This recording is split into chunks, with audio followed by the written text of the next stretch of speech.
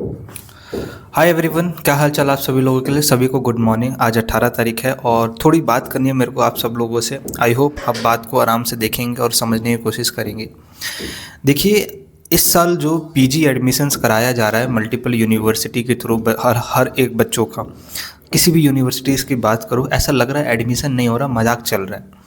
बाबा Saheb Bhimrao Ambedkar university ने 14 तारीख को अपना एडमिशन पोर्टल ओपन कर दिया था। अभी तक उनकी वेबसाइट काम नहीं कर रही है। उसी तरीके से आपका टिस ने पोर्टल 12 तारीख को ओपन करा था, वेबसाइट क्रैश करके फिर पोर्टल बंद कर दिया गया। राजस्थान यूनिवर्सिटी ने पिछले 3 हफ्ते से बोल रखा है कि हम सून ओपन करेंगे, लेकिन आज तक उनका सून ही नहीं आ रहा है। ठीक है, तो इतनी सारी प्रॉब्लम्स चल रही है। उसी बीच में ये दिल्ली यूनिवर्सिटी, जिसको लोगों का सपना है कि दिल्ली यूनिवर्सिटी में मेरे को एडमिशन लेना है, टॉप की सेंट्रल यूनिवर्सिटीज़ है। ठीक है, या तो ड्यू में जाना है या तो जेएनयू में जाना है। ये पहली दूसरी प्रायोरिटी में यही दोनों फिक्स है। फॉर्म में कैटेगरी चेंज करने का ऑप्शन नहीं दिया गया। हर एक बच्चा इस चीज़ को लेके परेशान है कि भैया मेरे को जनरल कैटेगरी तो मैंने वहाँ पे फिल कर दी एनटीए के फॉर्म में, क्योंकि उस समय मेरे पास डॉक्यूमेंट अवेलेबल नहीं था, लेकिन अब तो मेरे को कैटेगरी चेंज करने का मौका देना चाहिए। बट प्रॉब्लम यहाँ पे ये आ जाती है कि जब कोई गलती यूनिवर्सिटी करती है तो उसको पे सवाल उठाने वाला कोई है ही नहीं, कोई अवेलेबल ही नहीं है कि यूनिवर्सिटी से भी सवाल पूछा जाए कि भाई किस बात की गलती है, ये आपने क्या कर रखा है। सब लोग एनटीए का डॉक्यूमेंट पढ़ के आपको बता दे रहे हैं, यूनिवर्सिटी का डॉक्यूमेंट पढ़ के एक चीज़ बता दे रहे हैं कि इस साल यूनिवर्सिटी ने कैटेगरी चेंज करने का ऑप्शन नहीं दिया। अरे नहीं दिया है, वो तो बच्चों को भी पता है कि नहीं दिया है। सवाल ये है कि आप टीचर हो, आप एडुकेटर हो, आप इतने बड़े बड़े यूट्यूब चैनल्स चलाते हैं, आपकी जिम्मेदारी बनती है ना कि बच्चों का छोटा छोटा सवाल आप यूनिवर्सिटी से कॉन्टैक्ट करो। क्या फ़ायदा आपका हमको आपको फॉलो करने का।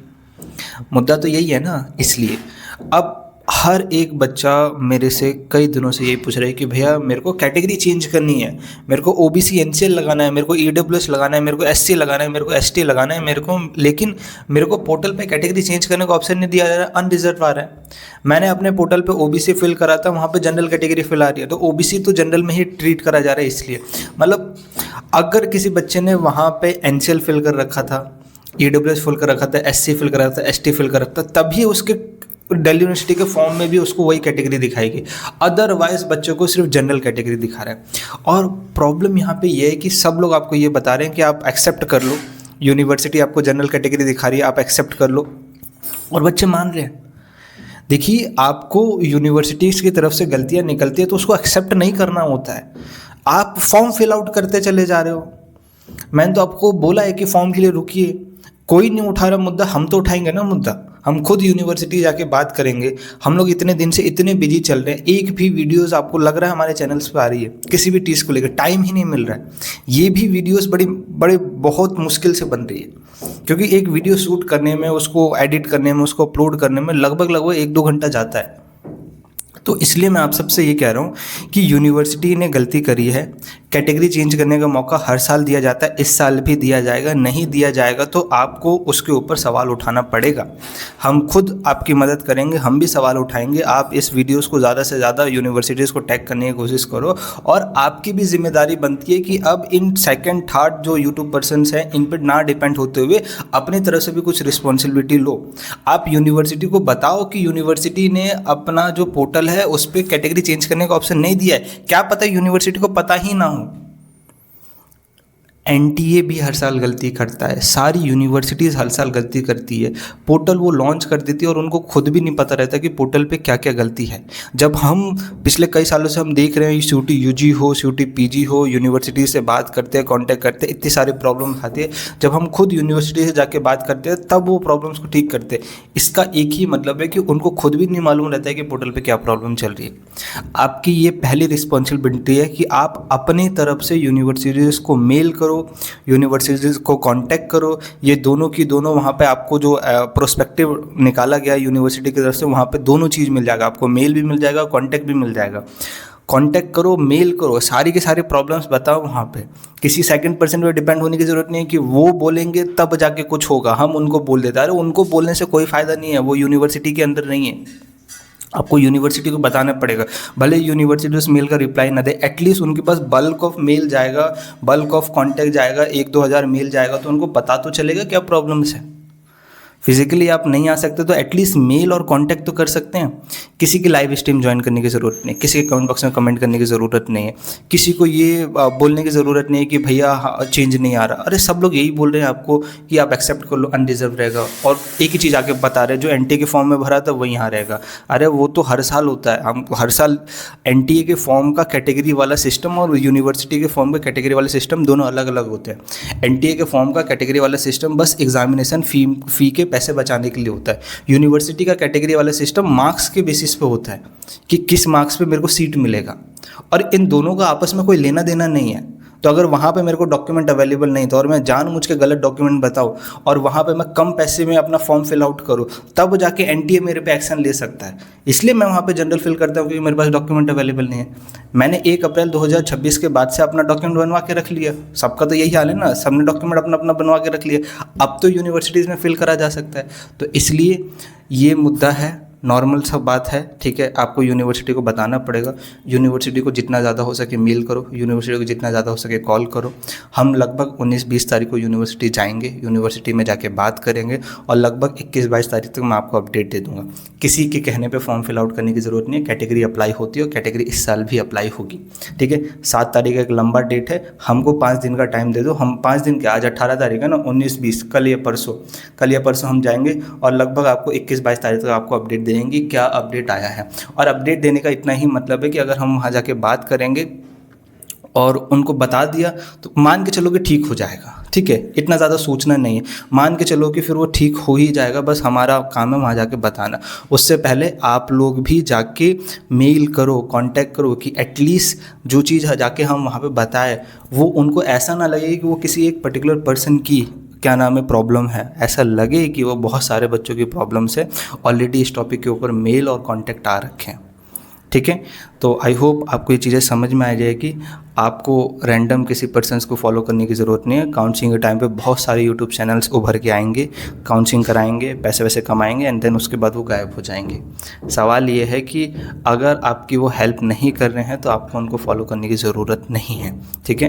नॉर्मल सी काउंसलिंग है, काउंसलिंग कोई इतनी बड़ी लॉकेट जैसी चीज़ नहीं है। नॉर्मल यूनिवर्सिटी को फॉर्म भरना है, प्रेफरेंस लिस्ट फिलिंग करना है एंड देन मेरिट लिस्ट का वेट करना है।